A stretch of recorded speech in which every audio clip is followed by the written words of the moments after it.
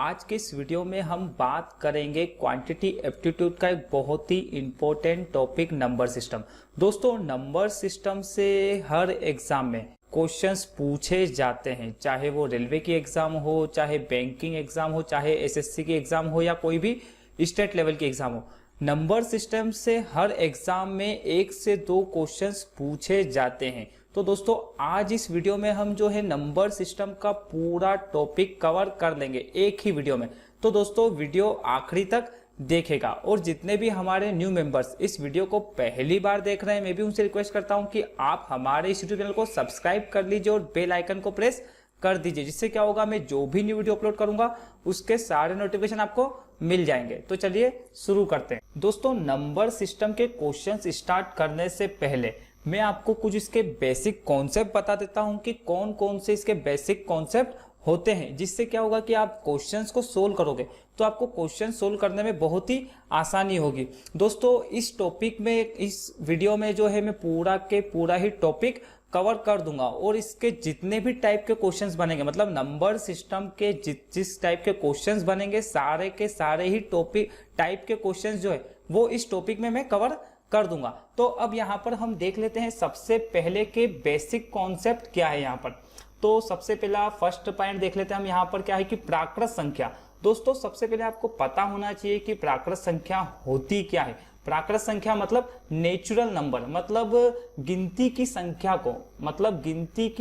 को, प्राकृत संख्या कहा जाता है। बहुत बार दोस्तों क्वेश्चंस एग्जाम में इस टाइप से भी पूछा जा सकता है, क्योंकि आपकी जैसे अभी रेलवे की एग्जाम है तो सीधे सीधे क्वेश्चंस इस टाइप के पूछे जा सकते हैं। अगर दोस्तों आपको पता होगा तो आप क्वेश्चंस को बहुत ही आसानी से सोल्व कर सकते हो। तो यहाँ पर क्या है कि प्राकृत संख्या, तो प्राकृत संख्या मतलब नेचुरल नंबर, गिनती की संख्या को प्राकृत संख्या कहा जाता है। जैसे 1 2 3 4 5 ये सारी क्या होती है, प्राकृत संख्या होती है। अब सेकंड हम बात करें यहाँ पर तो पूर्ण संख्या। पूर्ण संख्या का मतलब होता है होल नंबर, मतलब प्राकृत संख्याओं में शून्य को शामिल करने के बाद संख्याओं का जो परिवार बनता है उसे हम क्या कहते हैं, पूर्ण संख्या कहा जाता है। जैसे यहाँ पर 0 को हमने ऐड कर लिया, जैसे ही हमने 0 को ऐड करा तो यहाँ पर क्या बन गई, ये पूर्ण संख्या बन गई। तो 0 1 2 3 4 5 6 ये सारी क्या हो जाएगी, पूर्ण संख्या, मतलब होल नंबर हो जाएगा।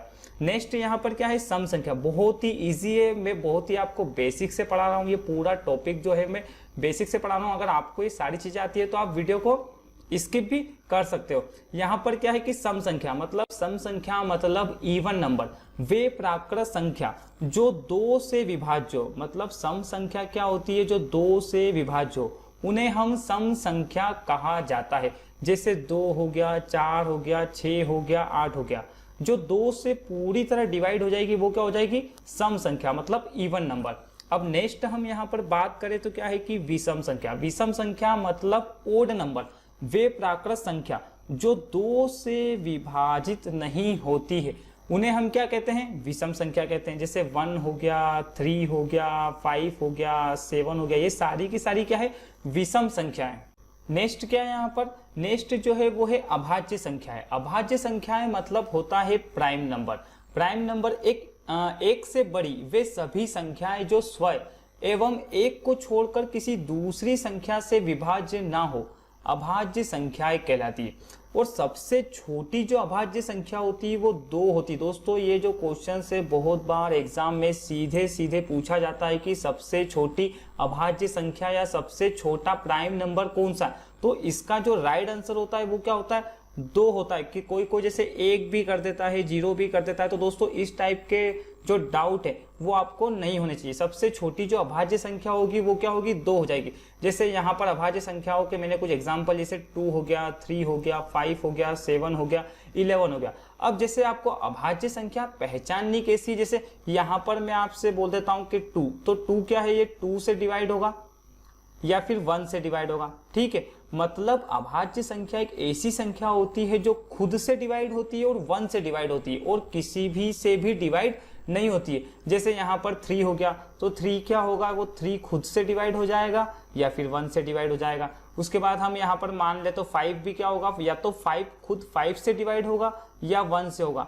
यहाँ पर दोस्तों 2 हो गया, 3 हो गया, 5 हो गया, 7 हो गया। 9 दोस्तों अभाज्य संख्या नहीं होती, क्योंकि 9 जो है वो 3 से भी डिवाइड है, 9 से भी डिवाइड है और 1 से भी डिवाइड है, लेकिन हमें यहाँ पर 2 जोड़े चाहिए जो खुद से डिवाइड हो और ओनली 1 से डिवाइड हो। तो ऐसी संख्या क्या कहलाती है? अभाज्य संख्या है, मतलब प्राइम नंबर कहलाती है। मुझे लगता है ये कॉन्सेप्ट भी आपको अच्छे समझ में आ गया होगा। अब यहाँ पर हम नेक्स्ट बात करते हैं असहभाज्य संख्या, मतलब को प्राइम नंबर। जब प्राकृत संख्याओं का महत्तम समावर्तक, ये थोड़ा सा यहाँ पर, जब प्राकृत संख्याओं का महत्तम समावर्तक 1 हो तो वह दोनों संख्याएं क्या कहलाती है? असहभाज्य संख्याएं कहलाती है। अब यहाँ पर आपको इस कॉन्सेप्ट को किस प्रकार से समझना है, मतलब जैसे कोई सी भी 2 संख्या हो, ठीक है, जैसे यहाँ पर क्या है 2 और 3, अगर इनका हम महत्तम समावर्तक, मतलब होता है HCF, अगर आपको इंग्लिश में इसको बोलते हैं HCF, ठीक है, मतलब जो है HCF कितना होना चाहिए? वहां पर 1 होना चाहिए। जैसे यहाँ पर अगर मैं 2 और 3 का HCF निकालूं तो मुझे क्या कॉमन मिलेगा? यहाँ पर इसको मैं क्या लिख सकता हूँ? 2 × 1, और इसको क्या लिख सकता हूँ? 3 × 1। और HCF क्या होता है? कॉमन फैक्टर होते हैं, मतलब कॉमन नंबर होते हैं यहाँ पर। तो यहाँ पर हमें देखेंगे तो 1 कॉमन मिलेगा, यहाँ पर भी 1 कॉमन मिलेगा। तो असहभाज्य संख्या क्या होती है? जिनका महत्तम समावर्तक 1 हो, वो क्या होती है? असहभाज्य संख्या होती है, मतलब को प्राइम नंबर होता है। अब नेक्स्ट हम यहाँ पर बात करें तो क्या है कि प्रथम n प्राकृत संख्याओं का योग। अब जैसे दोस्तों एग्जाम में बहुत सी बार क्वेश्चंस में पूछा जा सकता है कि प्रथम 20 संख्याओं का योग बताइए, प्रथम 50 संख्याओं का योग बताइए, प्रथम 200 संख्याओं का योग बताइए। तो दोस्तों अब आप एग्जाम में पूरी संख्या लिखोगे, जोड़ोगे, ये सब पॉसिबल तो है नहीं। तो यहाँ पर इसके लिए एक शॉर्ट सा फॉर्मूला होता है जो मैं आपको बता देता हूँ यहाँ पर कि क्या है कि प्रथम n प्राकृत संख्याओं का योग ज्ञात कीजिए। प्राकृत संख्या क्या होती है ये मैंने आपको पहले ही बता दिया, 1 2 3 4 5 6। तो इसका जो फॉर्मूला होता है वो होता है n कोष्टक में क्या होता है n+1 और डिवाइड में क्या होता है 2। मतलब कहने का मतलब ये है कि जब भी आपसे पूछे कि प्रथम n प्राकृत संख्याओं का योग, कभी कभी एग्जाम में ये भी होता है कि आपसे फॉर्मूला भी पूछा जा सकता है, और कभी कभी एग्जाम में ये होता है कि प्रथम 20 संख्याओं का योग ज्ञात कीजिए। तो हमें यहाँ पर कुछ नहीं करना है, n की जगह जो है वो 20 की वैल्यू पुट कर लेना और इसको सोल्व कर देना है। तो दोस्तों ये जो फॉर्मूले हैं वो आपको याद करना बहुत ही जरूरी है, क्योंकि एग्जाम में हमारे पास इतना समय भी नहीं रहता है कि हम सारी संख्याओं को लिखे फिर उन्हें जोड़े वगैरह वगैरह। तो इसका जो सिंपल सा फॉर्मूला होता है n कोष्टक में n+1 और डिवाइड में क्या हो जाएगा 2। तो ये क्या हो जाएगा? प्रथम n प्राकृत संख्याओं का इससे योग निकल कर आ जाएगा। अब नेक्स्ट हम बात करें यहाँ पर तो क्या है कि प्रथम n प्राकृत संख्याओं के वर्गों का योग। अब यहाँ पर किसकी बात कर रहे हैं? हम वर्गों के योग की बात कर रहे हैं। जैसे यहाँ पर मैं आपको लिख कर भी बताता हूँ, जैसे वर्गों में क्या होगा a² + 1² + 2² + 3² dash dash dash dash करके, मतलब इस टाइप से होगा n²। तो यहाँ पर इनका जो फॉर्मूला होता है वो मैं आपको बता देता हूँ। इसका जो फॉर्मूला होता है n कोष्टक में n+1, उसके बाद कोष्टक में 2n+1 और डिवाइड में क्या हो जाएगा? यहाँ पर 6 हो जाएगा। मतलब जब भी आपसे पूछा जाए कि प्रथम n प्राकृत संख्याओं के वर्गों का योग क्या होगा, तो आपको ये फॉर्मूला याद रखना है। n कोष्टक में क्या होगा n+1, फिर उसके बाद कोष्टक में 2n+1 और डिवाइड में क्या हो जाएगा? यहाँ पर 6 हो जाएगा। तो ये तो हो गई वर्गों की बात। मतलब जब आपसे वर्गों का योग पूछेगा तो मैंने आपको फॉर्मूला बता दिया, यहाँ पर n कोष्टक में n+1, उसके बाद 2n+1 और डिवाइड में क्या हो जाएगा? 6 हो जाएगा। अब यहाँ पर नेक्स्ट किस टाइप का क्वेश्चन बनता है कि प्रथम n प्राकृत संख्याओं के घनों का योग ज्ञात कीजिए। तो यहाँ पर घनों के योग का भी मैं फॉर्मूला आपको बता देता हूँ। यहाँ पर क्या होता है, ऐसे घनों में 1 का क्यूब + 2 का क्यूब + 3 का cube dash dash dash dash dash, उसी प्रकार से। तो इसका भी मैं आपको फॉर्मूला बता देता हूं, जिससे क्या होगा कि आपको सवाल आप आसानी से सोल्व कर पाओगे। तो क्या होगा n कोष्टक में n+1 और डिवाइड में क्या हो जाएगा? यहाँ पर 2, और इस पूरे की पावर क्या हो जाएगी? यहाँ पर 2 हो जाएगी। ठीक है, मतलब n कोष्टक में n+1 डिवाइड में 2 और इस पूरे की पावर जो हो जाएगी 2 हो जाएगी। तो इससे क्या होगा कि आपसे जब भी पूछा जाएगा कि प्रथम 25 प्राकृत संख्याओं के घनों का योग, तो आपको n की जगह यहाँ पर क्या करना है? जो n है इसके बराबर जो है वो 25 की वैल्यू पुट करके इसको सोल्व कर लेना है। नेक्स्ट क्या है यहाँ पर कि प्रथम n सम संख्याओं का योग ज्ञात कीजिए। दोस्तों बहुत बार एग्जाम में ये भी पूछा जा सकता है कि प्रथम n सम संख्याओं का योग ज्ञात कीजिए। तो सम संख्या क्या होती है वो मैंने आपको पहले ही बता दिया है, जो ओनली 2 से डिवाइड होती है। जैसे 2 हो गया, 4 हो गया, 6 हो गया, 8 हो गया। मतलब ये क्या, ये संख्या क्या होती है, सम संख्या है। और इसको ज्ञात करने का जो एक बहुत ही सिंपल सा फॉर्मूला होता है वो होता है n कोष्टक में क्या हो जाएगा n+1। जैसे यहाँ पर पूछता है कि प्रथम 10 सम संख्याओं का योग ज्ञात कीजिए, तो हमें क्या करना है कि n की जगह सिर्फ 10 की वैल्यू पुट कर देना है। दोस्तों मैं बार बार इसलिए रिपीट कर रहा हूँ जिससे कि आपको यहाँ पर याद हो जाए। और ये जो फॉर्मूले है ये आपको 100% याद करने पड़ेंगे। अगर आप फॉर्मूले याद नहीं करते हो तो हो सकता है कि फिर आपको लॉन्ग मेथड से इसको क्वेश्चंस को सोल्व करना पड़ सकता है। अब ये तो बात हो गई प्रथम n सम संख्याओं के योग का भी फॉर्मूला मैंने लिखा दिया। अब बात करते हैं प्रथम n विषम संख्याओं के योग। तो इसका विषम संख्या भी मैंने आपको बता दी क्या होती है, 1, 3, 5, 7, ये क्या है, सारी विषम संख्या है जो 2 से डिवाइड नहीं होती है। तो इसका जो फॉर्मूला होता है बहुत ईजी होता है। क्या होता है यहाँ पर n²। मतलब जब भी आपसे पूछे कि 5 विषम संख्याओं का योग तो आपको क्या करना है कि पावर लगा देनी। तो कितना हो जाएगा, ओरल भी आप सोल्व कर सकते हो। जैसे मैंने बोला कि प्रथम 5 विषम संख्याओं का योग, तो आपको क्या करना है 5 का स्क्वायर, मतलब कितना हो जाएगा 25। अगर मैं पूछता हूँ 15 का पूछ लेता हूँ प्रथम विषम संख्याओं का, तो कितना हो जाएगा 225। आपको कुछ भी नहीं करना, इसमें ओनली पावर लगा देना है। जैसे 5 की पावर 2, जैसे मैं बोल देता हूं प्रथम 16 विषम संख्याओं का योग ज्ञात कीजिए, तो 16 की पावर क्या हो जाएगी 2, या 16 की पावर 2। तो ये तो हो गए आपके सारे के सारे ही बेसिक कॉन्सेप्ट जो कि मैंने आपको अच्छे से समझा दिए। क्योंकि दोस्तों हम जब भी कोई भी टॉपिक स्टार्ट करते हैं तो उसके हमें बेसिक कॉन्सेप्ट समझना बहुत ही जरूरी होते हैं। क्योंकि दोस्तों फिर एग्जाम में जब हम आगे क्वेश्चंस को भी सोल्व करते हैं तो हमें बहुत दिक्कत आती है। तो ये जितने भी बेसिक कॉन्सेप्ट थे नंबर सिस्टम के वो मैंने सारे के सारे ही आपको करवा दिए। अब हम यहाँ पर क्वेश्चंस स्टार्ट कर लेते हैं। और दोस्तों इस वीडियो में जो है मैंने नंबर सिस्टम के सभी टाइप के 1 मतलब एक क्वेश्चंस ले लिए। क्योंकि दोस्तों अगर मैं 2 से 3 क्वेश्चंस करवाऊंगा हर टाइप के, तो हो सकता है कि वीडियो की जो साइज है वो बहुत ज़्यादा बड़ी हो जाएगी। तो यहाँ पर मैंने वीडियो की साइज भी छोटी कर दी है, जिससे क्या होगा मैंने सारे ही टाइप के ओनली 1 क्वेश्चंस लिए, जिससे क्या होगा कि वीडियो की साइज भी ज़्यादा बड़ी नहीं होगी। ठीक है, और सारे के सारे ही टाइप के क्वेश्चंस भी हम इस वीडियो में कवर कर लेंगे। फर्स्ट क्वेश्चन यहाँ पर क्या है कि यदि किसी संख्या को 119 से भाग दिया जाए तो शेषफल 19 प्राप्त होता है। यदि उसी संख्या को 17 से भाग देने पर क्या शेषफल प्राप्त होगा। दोस्तों ये क्वेश्चंस फर्स्ट क्वेश्चन है। तो यहाँ पर क्या है कि यदि किसी संख्या को 119 से भाग दिया जाता है, मतलब कोई संख्या है जो कि हमें नहीं पता, लेकिन 119 से भाग दिया जाता है तो हमें शेषफल कितना बच जाता है, यहाँ पर 19 क्या बच जाता है, हमें शेषफल बच जाता है। यदि उसी संख्या को 17 से भाग दे दे तो शेषफल क्या बचेगा, ये हमें यहाँ पर फाइंड करना है। मतलब ये शेषफल ज्ञात करना है हमें। दोस्तों इस टाइप के क्वेश्चंस को आप जब भी सोल्व करो तो आपको कुछ नहीं करना है। सबसे पहले क्या बोला, यदि किसी संख्या को 119 से भाग दिया जाए तो शेष क्या बच रहा है, 19 बचता है। ठीक है, अब ये जो 19 शेष बच रहा है ना, यदि उसी संख्या को 17 से भाग देने पर क्या शेष बचेगा, तो जो भी शेष बच रहा है उसी को हमें क्या कर देना है, 17 से भाग कर देना। मतलब अगर मैं 17 को 19 में डिवाइड करूंगा तो 17 से 17 एक बार कैंसिल हो जाएगा, उसके बाद क्या बच जाएंगे +2। मतलब यहाँ पर शेष कितना बच जाएगा, +2 शेष बच जाएगा। दोस्तों इस टाइप के क्वेश्चंस जो है आप ओरली भी सोल्व कर सकते हैं। मतलब हमें यहाँ पर क्या करना है कि किसी संख्या को 119 से भाग दिया था तो शेषफल 19 बचा था, तो हमें 17 से भाग देना था तो शेषफल क्या बचा, तो हमने 17 को 19 से भाग दे दिया और जो भी शेषफल बचेगा वही क्या हो जाएगा, हमारा आंसर हो जाएगा। तो यहाँ पर क्या हो जाएगा कि शेषफल जो बचेगा वो 2 बच जाएगा। तो यहाँ से जो राइट आंसर होगा वो क्या होगा, ए वाला, ए इज राइट आंसर। इस टाइप के क्वेश्चंस जो है आप आसानी से और विदाउट पेन और पेंसिल के यूज। नेक्स्ट क्वेश्चन, अगला क्वेश्चन क्या है कि एक संख्या का 1/3 का 3/7 का 2/5 यदि 30 है तो उसी संख्या का 20% क्या होगा।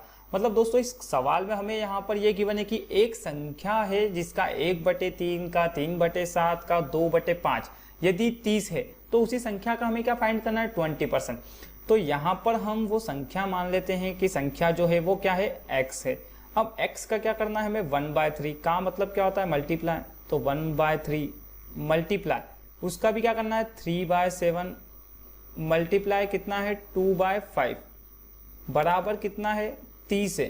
तो हमें यहाँ पर ज्ञात क्या करना है, उसी संख्या का 20% क्या होगा। मतलब हमें यहाँ पर मल्टीप्लाई 20% कर लेना है। तो यहाँ से क्या होगा, जो भी होगा वो x की वैल्यू आ जाएगी और x की वैल्यू क्या होगी, हमारा राइट आंसर हो जाएगा। तो 2 0 से 2 0। देन उसके बाद यहाँ पर क्या करना है, 3 से 3 कैंसिल, फिर 2 से 2 कैंसिल। अब यहाँ पर हमें 7 पंजे 35 और 35 का मल्टीप्लाई हमें क्या करना है, 3 में कर लेना है। तो 35 मल्टीप्लाई 3 बराबर क्या हो जाएगा, x। तो यहाँ पर क्या हो जाएगा, 35 गुणे में 3 करेंगे तो कितना हो जाएगा, 105। मतलब वो संख्या क्या हो जाएगी, उसका 20% कितना हो जाएगा यहाँ पर, 105। तो यहाँ से जो राइट आंसर होगा वो कौन सा हो जाएगा, डी वाला, मतलब D is right answer. I think मुझे लगता है कि ये कॉन्सेप्ट भी आपको अच्छे से समझ में आया होगा। नेक्स्ट क्वेश्चन, अगला क्वेश्चन यहाँ पर ये है कि दो संख्याओं का योग कितना दिया हुआ है, 15 तथा अंतर कितना दिया हुआ है, 7 है। तो उन संख्याओं का गुणनफल ज्ञात कीजिए। मतलब हमें सवाल में दो संख्याओं का योग गिवन है और उनका डिफरेंस भी गिवन है और पूछा क्या है कि हमें उनका मल्टीप्लाई, मतलब हमें उनका गुणनफल यहाँ पर ज्ञात करना है। तो दोस्तों दो संख्याएं आप कुछ भी मान सकते हो, या तो एक्स वाई मान लो या ए बी मान लो, जो भी आपको। तो यहाँ पर जैसे मैं मानता हूँ कि दो संख्याएं क्या, एक्स और वाई, तो एक्स प्लस वाई, मतलब हमें यहाँ पर योग कितना दिया हुआ है, 15। ठीक है। देन उसके बाद हमें बोला है कि दोनों का जो डिफरेंस मतलब क्या होता है, यहाँ पर माइनस कितना दिया हुआ है, 7। और पूछा हमें क्या है, फाइंड जो हमें करना है वो क्या है, x multiply Y is equal to हमें क्या करना है, यहाँ पर ज्ञात करना है। मतलब सबसे पहले हमें x की वैल्यू ज्ञात करनी है, फिर y की वैल्यू ज्ञात करनी है, उसके बाद हमें क्या करना है कि दोनों का ही मल्टीप्लाई कर देना है। दोस्तों हमें इस टाइप के क्वेश्चंस आपने स्कूल में भी सोल्व किए होंगे या 10th में भी सोल्व किए होंगे कि x प्लस वाई, तो हम इसको क्या करते थे, समीकरण 1 मान लेते, इसको हम समीकरण 2 मान लेते थे। पर दोस्तों मैं आपको इस टाइप से इस क्वेश्चंस को सोल्व करने के लिए नहीं बताऊंगा, क्योंकि दोस्तों इस टाइप से अगर आप क्वेश्चन सोल्व करोगे तो पहले आप x की वैल्यू ज्ञात करोगे, फिर x की वैल्यू किसी भी समीकरण में पुट करके y की वैल्यू फाइंड करोगे। तो दोस्तों हो सकता है कि आपको इस क्वेश्चंस में ज़्यादा समय भी लग जाए। अब हमें यहाँ पर करना क्या है कि सिंपल हमें x और y की वैल्यू तो हमें फाइंड करना है और x और y की वैल्यू का हमें क्या कर लेना है, यहाँ पर मल्टीप्लाई करना है। तो सबसे पहले जब भी आप इस टाइप के क्वेश्चंस को सोल्व करो तो आपको क्या दिया हुआ है कि दो संख्याओं का योग कितना है, 15, उनका डिफरेंस कितना दिया हुआ है, 7। तो आपको सबसे पहले ये करना है कि इस टाइप का क्वेश्चंस मैं आपको एक तरीके से और बता देता हूँ कि या तो एक टाइप ये बन सकता है कि दो संख्याओं का योग 15 है और अंतर 7 है, तो सबसे बड़ी संख्या ज्ञात कीजिए। एक तो ये हो सकता है। एक ये हो सकता है कि दो संख्याओं का योग 15 है, अंतर 7 है, तो सबसे छोटी संख्या ज्ञात कीजिए। एक ये हो सकता है कि दो संख्याओं का योग 15 है, अंतर 7 है, तो दोनों संख्याएं ज्ञात कीजिए, मतलब x और y। तो दोस्तों सबसे पहले हमें करना यह है कि जब भी आपसे बड़ी संख्या पूछे तो 15 और 7 दोनों का योग कर लेना। कितना हो जाएगा, 15 और 7 का योग करेंगे तो कितना होगा यहाँ पर 22, और 22 को सिर्फ 2 से डिवाइड कर दो तो यहाँ पर सबसे बड़ी संख्या क्या हो जाएगी, 11। ठीक है, मतलब ये x आ गया हमारे पास, x कितना आ गया यहाँ पर 11 आ गया। ठीक है, देन अब हमें y भी ज्ञात करना है। तो y ज्ञात करना है मतलब सबसे छोटी संख्या आएगी, तो इन दोनों का डिफरेंस कर लो। 15 में से 7 जाएंगे तो कितने बच जाएंगे, यहाँ पर 8 बच जाएंगे। 8 को 2 से डिवाइड कर दो तो यहाँ पर कितना बच जाएगा, 4 बच जाएगा। ठीक है, अब हमें यहाँ पर ये तो मिल गया y, मतलब हमें y कितना मिल गया, 4। बस अब हमें यहाँ पर करना क्या है कि इन दोनों का मल्टीप्लाई पूछा है तो आपको कर क्या देना है, यहाँ पर दोनों का मल्टीप्लाई, तो कितना हो जाएगा 11 चौके 44, मतलब यहाँ से राइट आंसर क्या हो जाएगा, सी वाला। दोस्तों इस टाइप के क्वेश्चंस को आप ओरली भी सोल्व कर सकते हो। मैंने आपको सिर्फ यहाँ पर ओरली ही सोल्व करके बता दिया, मतलब कि 15 और 7 को जोड़ लिया, कितने हो गए 22, 22 का आधा कितना होगा 11, मतलब ये एक संख्या आ गई। उसके बाद दूसरी संख्या ज्ञात करनी है तो क्या करना, दोनों का डिफरेंस लो और 2 से डिवाइड करो तो कितना आ गया 4। अब पूछता है सबसे बड़ी संख्या, तो जो सबसे बड़ी होगी वो सबसे बड़ी और सबसे छोटी होगी वो सबसे छोटी। यहाँ पर ये पूछता है सबसे बड़ी संख्या तो 11 सही हो जाएगा, सबसे छोटी पूछता है तो 4 हो जाएगा। दोनों का मल्टीप्लाई पूछेगा तो कितना हो जाएगा, 44 हो जाएगा। ठीक है दोस्तों, तो आई थिंक मुझे लगता है ये भी कॉन्सेप्ट आपको अच्छे समझ में आया होगा। नेक्स्ट क्वेश्चन यहाँ पर क्या है कि प्रथम 10 प्राकृत संख्याओं का योग ज्ञात कीजिए। दोस्तों यहाँ पर क्वेश्चंस में ये पूछा गया है कि प्रथम 10 प्राकृत संख्याओं का योग ज्ञात करना है। तो दोस्तों मैंने आपको बेसिक जब कॉन्सेप्ट बताए थे या बेसिक रूल्स बताए थे तो मैंने आपको यहाँ पर बताया था कि जब भी आपसे पूछा जाए कि प्रथम n प्राकृत संख्याओं का योग या प्रथम 10 प्राकृत संख्याओं का योग या 20 प्राकृत संख्याओं का योग, तो मैंने आपको वहाँ पर एक फॉर्मूला लिखवाया था। जो फॉर्मूला था n कोष्टक में क्या था, n+1, और डिवाइड में क्या हो जाएगा यहाँ पर 2। मतलब यहाँ पर n जो होगा ना वो वैल्यू होगी। जैसे यहाँ पर प्रथम 10 प्राकृत संख्याओं का बोला तो n की वैल्यू कितनी हो जाएगी यहाँ पर 10। अगर मैं यहाँ पर आपसे बोलता हूँ कि प्रथम 20 प्राकृत संख्याओं का योग ज्ञात कीजिए तो n की वैल्यू क्या हो जाएगी 20। जो भी क्वेश्चंस में गिवन हो आपको वो वैल्यू यहाँ पर n में पुट कर देनी। फिलहाल गिवन क्या है हमें कि 10 प्राकृत संख्याओं का योग, तो n की वैल्यू कितनी हो जाएगी यहाँ पर 10 हो जाएगी सिंपली। उसके बाद 10 प्लस 1, देन डिवाइड में क्या करना है हमें 2। अब हमें यहाँ पर इसको सोल्व कर लेना है, तो हमें यहाँ पर क्या मिल जाएगा, प्रथम 10 प्राकृत संख्याओं का योग मिल जाएगा। तो 10 मल्टीप्लाई दोनों का योग करेंगे तो कितना हो जाएगा 11, देन डिवाइड में क्या हो जाएगा 2, तो 2 से 5 टाइम, और 5 मल्टीप्लाई 11 मतलब कितना हो जाएगा यहाँ से 55।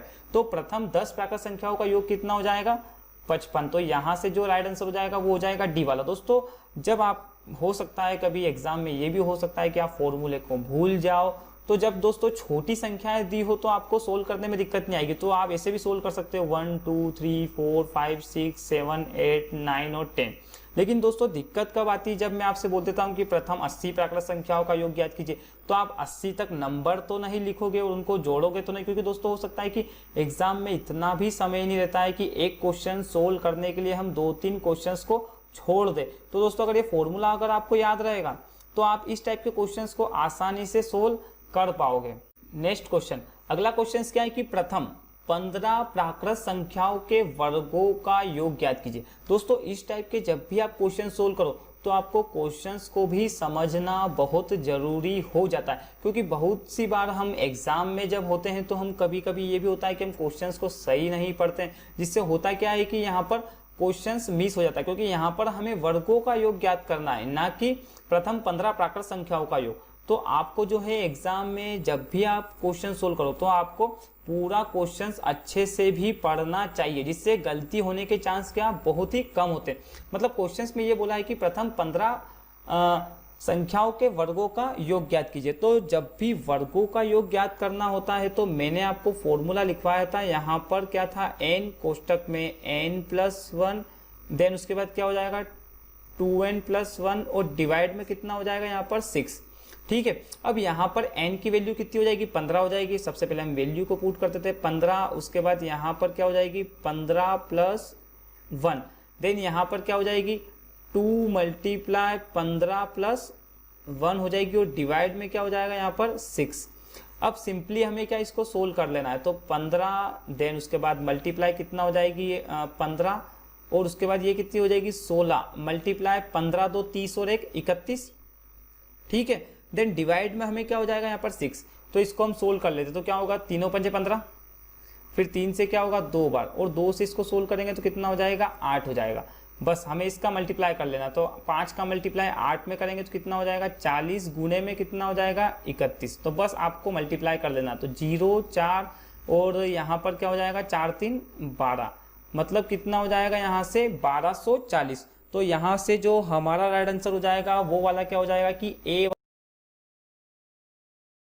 ये गिवन है कि प्रथम 20 प्राकृत संख्याओं के घनों का योग ज्ञात कीजिए। इससे पहले हमने प्रथम प्राकृत संख्याओं का योग ज्ञात किया था, फिर उसके वर्गों का योग ज्ञात किया। अब यहाँ पर क्वेश्चंस में क्या गिवन है कि घनों का योग ज्ञात कीजिए। दोस्तों मैंने आपको वीडियो स्टार्ट करा था उससे पहले ही बता दिया था कि इस चैप्टर के जिस टाइप के जितने भी क्वेश्चंस बनेंगे वो सभी क्वेश्चन से मैं एक एक क्वेश्चन ले लूंगा, जिससे क्या होगा कि आपके सारे ही टाइप कवर हो जाएंगे। मतलब यहाँ पर बोला गया है कि प्रथम 20 प्राकृत संख्याओं के घनों का योग ज्ञात कीजिए। तो जब घनों का योग का मैंने आपको फॉर्मूला बताया था, तो फॉर्मूला क्या था कि n कोष्टक में क्या है n+1 और डिवाइड में 2, और उस पूरे की पावर कितनी हो जाएगी यहाँ पर 2 हो जाएगी। ठीक है, अब हमें यहाँ पर प्रथम 20 प्राकृत संख्याओं के घनों का योग ज्ञात करना है, तो n की वैल्यू कितनी हो जाएगी 20, देन उसके बाद यहाँ पर क्या हो जाएगी 20+1, देन उसके बाद डिवाइड में क्या हो जाएगा यहाँ पर 2 हो जाएगा। ठीक है, अब हमें यहाँ पर क्या करना है, इसको सिंपली सोल्व कर लेना है। तो क्या होगा 20 मल्टीप्लाई 20 प्लस 1 कितने हो जाएंगे 21, और डिवाइड में क्या हो जाएगा 2। इसको सोल्व कर लेंगे तो कितना आ जाएगा 10 हो जाएगा। अब यहाँ पर कितना हो जाएगा 21 का मल्टीप्लाई, यहाँ पर पावर भी साथ में चल रही है ना, पावर 2 है, यहाँ पर भी पावर 2 है, अब यहाँ पर इसको सोल्व करेंगे तो क्या होगा 21 मतलब 210 का 210 की पावर 2 या 210 की घात 2। बस अब हमें यहाँ पर क्या करना है कि 210 का स्क्वायर ज्ञात कर लेना।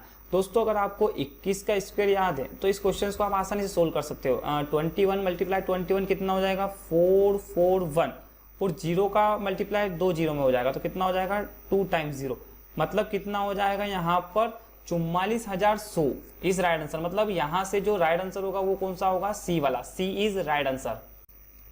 नेक्स्ट क्वेश्चन क्या है कि प्रथम 15 सम संख्याओं का योग ज्ञात कीजिए। अब दोस्तों यहाँ पर क्या पूछा है कि प्रथम 15 सम संख्याओं का हमें योग ज्ञात करना है। दोस्तों सम संख्याओं का योग जब भी आपको ज्ञात करना हो तो उसका फॉर्मूला होता है n कोष्टक में क्या होता है n+1। बहुत ही इजी फॉर्मूला है। अब हमें n की वैल्यू पुट कर देनी तो n की वैल्यू कितनी हो जाएगी 15। देन उसके बाद मल्टीप्लाई यहाँ पर क्या होगा 15+1 मतलब कितना हो जाएगा यहाँ पर, चलो मैं आपको एक स्टेप और बढ़ा देता हूँ 15+1 तो यहाँ पर क्या होगा 15 गुणे में कितना हो जाएगा 16। ठीक है, अब हमें यहाँ पर मल्टीप्लाई कर लेना है तो 15 का मल्टीप्लाई 6 में करेंगे तो कितना होगा 15 छके 90 बच जाएंगे कितने 9। 15 का मल्टीप्लाई 1 में 15 और 9 कितने हो जाएंगे 24 मतलब कितना हो जाएगा 240 हो जाएगा यहाँ से।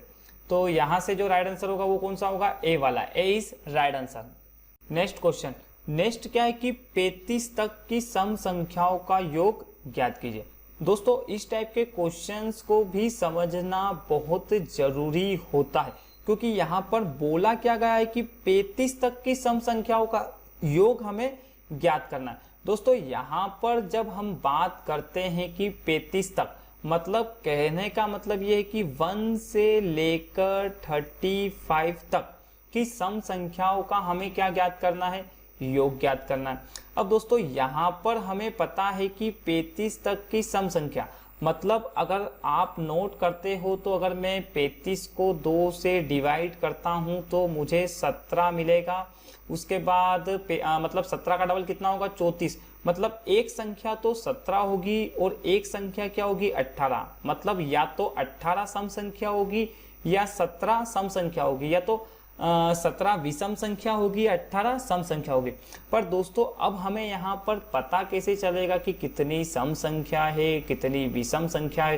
तो दोस्तों यहाँ पर जैसे मैं बात करता हूँ कि 1 से स्टार्ट करा हमने और 35 तक गए तो जब मैंने विषम संख्या मतलब ओड नंबर से स्टार्ट किया और ओड नंबर पर खत्म किया मतलब यहाँ पर एक ओड नंबर जाता है मतलब विषम संख्या जाता है। मतलब विषम संख्याओं की संख्या कितनी हो जाएगी 18 और सम संख्याओं की संख्या कितनी हो जाएगी 17।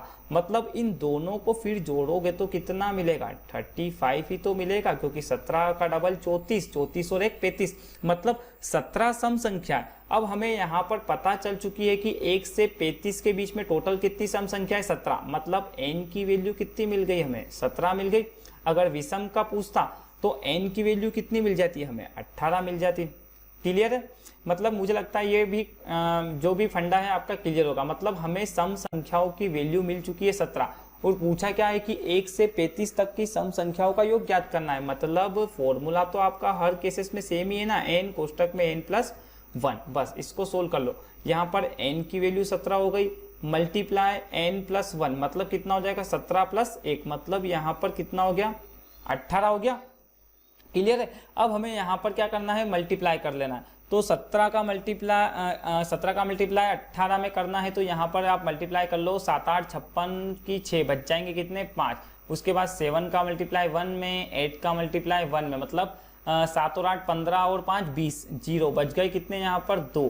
1 का मल्टीप्लाई 1 में और 2 मतलब कितना हो जाएगा 206।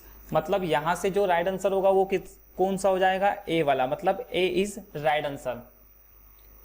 नेक्स्ट क्वेश्चन क्या है कि प्रथम 25 विषम संख्याओं का योग ज्ञात कीजिए। दोस्तों इससे पहले हमने प्राकृत संख्याओं का योग ज्ञात कर लिया, वर्गों का योग ज्ञात कर लिया, घनों का योग ज्ञात कर लिया, देन उसके बाद सम संख्याओं का योग ज्ञात कर लिया।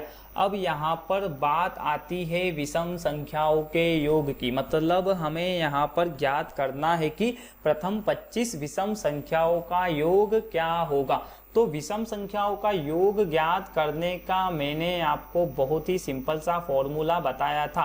फॉर्मूला ये था कि n की पावर 2, सिर्फ यहाँ पर n की पावर 2। अब इस क्वेश्चंस में आपको ना ही पेन चलाना पड़ेगा, ना ही कुछ भी करना होगा, आप इस क्वेश्चंस को ओरली सोल्व कर सकते हो। मतलब आपको पता है कि फॉर्मूला जो होता है वो होता है n की पावर 2। मतलब आपको सिंपली यहाँ पर करना क्या है, अगर आपको वर्ग याद है तो इसको आपको सोल्व भी करने की जरूरत नहीं है। 25 25 कितना होता है यहाँ पर 625। दोस्तों आपको 40 तक एटलीस्ट वर्ग याद होना ही चाहिए, क्योंकि कंपटीशन एग्जाम में आप जरूरी तो नहीं है कि वर्ग, मतलब जैसे मैं बोलता हूँ आपसे 37 का वर्ग होता है, आप 37 का मल्टीप्लाई करने बैठ जाओगे, फिर मतलब ही क्या है, क्योंकि एग्जाम में आपके पास इतना समय भी नहीं रहता। एटलीस्ट आपको 40 तक तो वर्ग याद करने ही पड़ेंगे। तो यहाँ पर मतलब प्रथम 25 विषम संख्याओं का योग कितना हो जाएगा, सिंपली ओरल भी सोल्व कर सकते हो, कितना हो जाएगा 625। तो यहाँ से जो होगा वो ए वाला राइट आंसर हो जाएगा। नेक्स्ट क्वेश्चन, अगला क्वेश्चन क्या है कि 3 क्रमागत संख्याओं का योग 18 है, तो अगली 3 क्रमागत संख्याओं का योग ज्ञात कीजिए। दोस्तों इस क्वेश्चन में हमें ये गिवन है कि 3 क्रमागत संख्याओं का क्या दिया हुआ है, हमें योग कितना दिया हुआ है 18। तो हम बात करें टोटल नंबर हमारे पास कितने हैं, तो 3 है, ठीक है। और इन तीनों का ही टोटल हमें कितना दिया हुआ है वो भी हम लिख लेते हैं। टोटल कितना दिया हुआ है 18 दिया हुआ है, ठीक है। अब यहाँ पर हमारे पास नंबर जो है वो टोटल 3 और उनका टोटल जो दिया है वो 18। अगर मैं 3 को 18 से डिवाइड कर दूं तो मुझे क्या मिल जाएगा, 3 नंबरों का एवरेज मिल जाएगा। सिंपल, इतना समझ में आया। तो 18 को अगर मैं 3 से डिवाइड करता हूं तो एवरेज कितना मिल जाएगा, मुझे यहाँ पर 6 मिल जाएगा। मतलब सीधा सा मैं ये यहाँ पर ये भी बोल सकता हूँ कि 3 संख्याओं का एवरेज 6 है। अगर इनका टोटल करेंगे तो वापिस क्या होगा, 3 × 6 कितना हो जाएगा, 18 हो जाएगा, ठीक है। अब हमें यहाँ पर करना क्या है कि 3 संख्याएं, जैसे मैं बताता हूँ आपको, फर्स्ट हो गई, सेकेंड हो गई और ये क्या हो गई, थर्ड हो गई। अब मुझे इनका पता है कि इनका जो औसत है वो क्या है 6, तो बीच वाली संख्या क्या हो जाएगी 6, इसके आगे वाली क्या हो जाएगी 5 और इसके बाद वाली संख्या क्या हो जाएगी 7। अब यहाँ पर 5 और 6 11 और 7 क्या 18, मतलब इनका टोटल वापिस से क्या हो गया 18 हो गया। तो अब हमें ज्ञात क्या करना है, तो अगली 3 क्रमागत संख्याओं का योग ज्ञात कीजिए। अगली 3 क्रमागत संख्या क्या हो जाएगी, क्रमागत मतलब क्या, नेचुरल नंबर। तो यहाँ पर अगली क्या हो जाएगी 8, अगली क्या हो जाएगी 9 और ये 10। अब हमें 3 बोला है, अगली 3, अगर 4 बोलता तो हम 11 तक पहुंच जाते, अगर 2 बोलता तो 8 और 9 को जोड़ लेते। लेकिन हमें क्या बोला है अगली 3, तो एक तो 8 हो गई, एक 9 हो गई, एक 10 हो गई। तो इन सबका योग करेंगे तो क्या होगा, 10 और 9 19 और 8 27। मतलब आंसर क्या हो जाएगा यहाँ से 27। तो अगली 3 क्रमागत संख्याओं का योग कितना हो जाएगा 27। तो यहाँ से जो राइट आंसर होगा वो क्या होगा, सी वाला, C is right answer. Next question, अगला क्वेश्चन क्या है कि किसी विद्यार्थी को एक संख्या में 12 से गुणा करने को कहा गया, गलती से उसने संख्या को 21 यानी 21 से गुणा कर दिया। इस प्रकार सही उत्तर जो है वो 63 अधिक प्राप्त हुआ, तो संख्या ज्ञात कीजिए। सवाल में हमें ये गिवन है, मतलब एक विद्यार्थी था, उसको बोला गया कि एक संख्या में 12 से गुणा करने को कहा गया, लेकिन गलती से उसने क्या किया कि संख्या को 21 से गुणा कर दिया और इस प्रकार जो सही उत्तर था वो 63 अधिक प्राप्त हुआ। तो संख्या हमें ज्ञात करनी। दोस्तों इस टाइप के सवाल में आप या तो x मान के भी सवाल सोल्व कर सकते हैं कि मान लेते संख्या क्या थी x है। अब हमें क्या कहा गया था कि किसी विद्यार्थी को एक संख्या में 12 का गुणा करने को कहा गया था, मतलब मुझे x में 12 का गुणा करना था, तो कितना हो जाता 12x। लेकिन मैंने करा, मतलब विद्यार्थी ने यहाँ पर गलती से क्या कर दिया 21 का मल्टीप्लाई कर दिया, मतलब x में कितने का मल्टीप्लाई कर दिया 21 का मल्टीप्लाई कर दिया, मतलब 21x। और इस केस में क्या हुआ कि हमें 63 अधिक प्राप्त हुआ, मतलब 63 अधिक प्राप्त हुआ। अब यहाँ पर कम बोले या अधिक बोले उससे आपको कोई फर्क नहीं पड़ता, मतलब ज़्यादा प्राप्त हो या कम प्राप्त हो, आपको करना क्या है हर केसेस में दोनों का डिफरेंस लेना है। बस आप इसको अब सोल्व कर लो यहाँ से। तो इन दोनों का डिफरेंस कितना होगा 12 और 21, मतलब कितना हो जाएगा यहाँ से 9x इज इक्वल टू कितनी हो जाएगा 63। बस इसको आपको सोल्व कर लेना। 9 से कितनी बार कैंसिल हो जाएगा 9 7 63, मतलब कितनी वो संख्या कितनी हो जाएगी 7। तो यहाँ से जो राइट आंसर होगा वो कौन सा हो जाएगा बी वाला, B is right answer. I think मुझे लगता है ये कॉन्सेप्ट भी आपको अच्छे समझ में आया होगा। नेक्स्ट क्वेश्चन, अगला क्वेश्चन क्या है कि एक भिन्न का अंश 250% बढ़ा दिया जाए और हर 300% बढ़ा दिया जाए तो वह भिन्न 7/19 हो जाएगी। तो मूल भिन्न ज्ञात कीजिए। दोस्तों अब इस टाइप के सवाल जब भी आप सोल्व करो तो आपको भिन्न क्या होती है ये भी पता होना चाहिए। भिन्न मतलब ये होता है कि x बटे वाई, जहाँ पर x क्या होता है, अंश होता है, और y क्या होता है, हर होता है। अब हमें क्वेश्चंस में ये बोला गया है कि एक भिन्न के अंश में 250% मतलब 250% की वृद्धि कर दी गई या बढ़ा दिया गया। तो दोस्तों जब भी आपको परसेंटेज में वृद्धि बोले तो आपको सिंपल ये करना ये है कि 100 में जोड़ देना है। मतलब हमें बोला क्या है कि अंश में 250% की वृद्धि, तो अंश क्या हो गया x, हर क्या हो जाएगा यहाँ पर y। अब अंश में 250% की वृद्धि मतलब 100 में जोड़ेंगे तो कितना हो जाएगा, 350%। ठीक है, इजी। अब आगे बोला है कि हर भी 300% बढ़ा दी जाए, मतलब 100 में जोड़ लो कितना होगा, 400। तो परिणाम हमें क्या प्राप्त होता है, तो वह भिन्न कितनी हो जाएगी, 7/19। क्लियर है इतना सिंपल।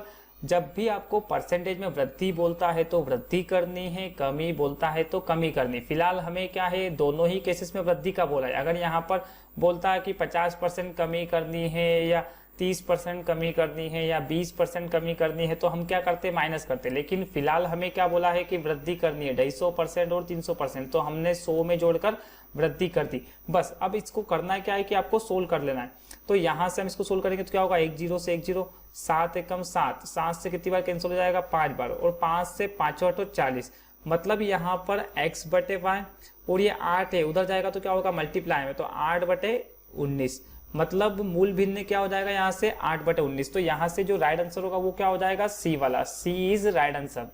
नेक्स्ट क्वेश्चन, अगला क्वेश्चन क्या है कि किसी संख्या के आधे का 1/3 का चौथा भाग 15 है तो वह संख्या ज्ञात कीजिए। दोस्तों इस टाइप का क्वेश्चंस हमने पहले जो क्वेश्चंस किए थे उनमें कर लिया है। तो दोस्तों ये क्वेश्चंस जो है आप सभी को सोल्व करके इसका जो आंसर है वो मुझे कमेंट्स बॉक्स में कमेंट्स करके बताना कि इसका राइट आंसर क्या होगा।